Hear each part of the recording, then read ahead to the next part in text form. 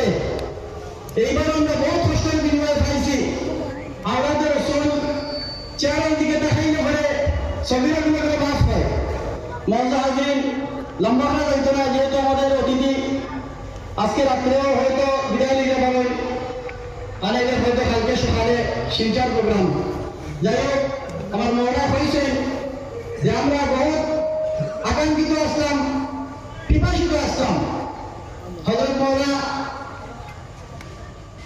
বাদশাহী সাহেব বহুত মানুষ আকাঙ্ক্ষিত যে ইয়াহিয়া সাহেবের ভাড়া লাগা দীর্ঘ 2 বছর থেকে আমরা সময় দিতে পারছেন না। এইবার ইনশাআল্লাহ সময় দিচ্ছেন।